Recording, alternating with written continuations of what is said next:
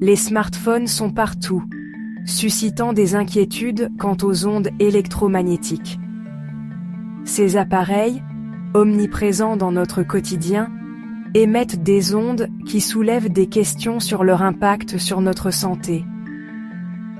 Les patchs anti-ondes prétendent nous protéger des rayonnements nocifs, mais leur efficacité est débattue.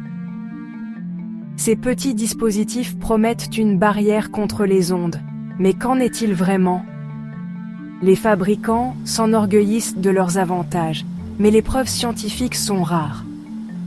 Les emballages vantent des bénéfices impressionnants, mais les études manquent pour confirmer ces affirmations. Ces patchs sont-ils vraiment efficaces ou exploitent-ils simplement nos peurs? Les consommateurs sont souvent laissés dans le doute, se demandant si ces produits valent vraiment leur prix. Cette analyse distingue les faits de la fiction, aidant les consommateurs à prendre des décisions éclairées. En examinant les données disponibles, nous pouvons mieux comprendre ce qui est réel et ce qui relève du marketing. Plongeons dans la science et le marketing derrière ces produits populaires. Découvrons ensemble la vérité sur les patchs anti-ondes et leur véritable impact. Les patchs anti-ondes prospèrent grâce au marketing basé sur la peur. Les tactiques incluent des titres et des images alarmantes de groupes vulnérables. Les témoignages et le jargon pseudo-scientifique ajoutent un faux sentiment de crédibilité. Des termes comme blindage EMF et bioharmonisation sont souvent trompeurs.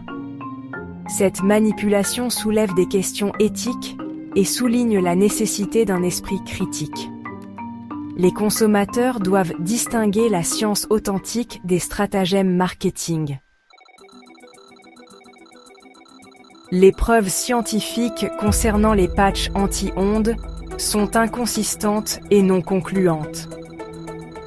Bien que certains prétendent que ces patchs peuvent réduire l'exposition aux ondes électromagnétiques, les résultats des études varient considérablement.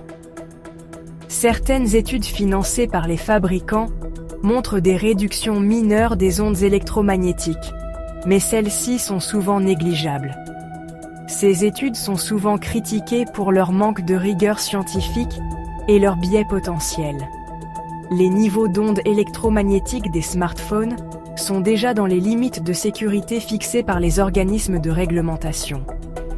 Les patchs n'apportent donc pas de bénéfices significatifs supplémentaires. Les mécanismes d'action avancés pour ces patchs manquent d'explications scientifiques solides. Les théories proposées ne sont pas soutenues par des preuves empiriques robustes. L'absence de preuves indépendantes et cohérentes soulève des inquiétudes importantes. Les chercheurs appellent à plus d'études indépendantes pour évaluer l'efficacité réelle de ces produits. Les consommateurs devraient aborder ces affirmations avec scepticisme et rechercher des informations crédibles. Il est essentiel de se fier à des sources fiables et à des études indépendantes avant de prendre une décision. Des matériaux simples comme le papier aluminium peuvent bloquer les ondes électromagnétiques mieux que les patchs anti-ondes. En effet, le papier aluminium est connu pour ses propriétés de réflexion des ondes, ce qui en fait une barrière efficace contre les signaux indésirables. Le papier aluminium agit comme une cage de Faraday, bloquant efficacement les ondes radio.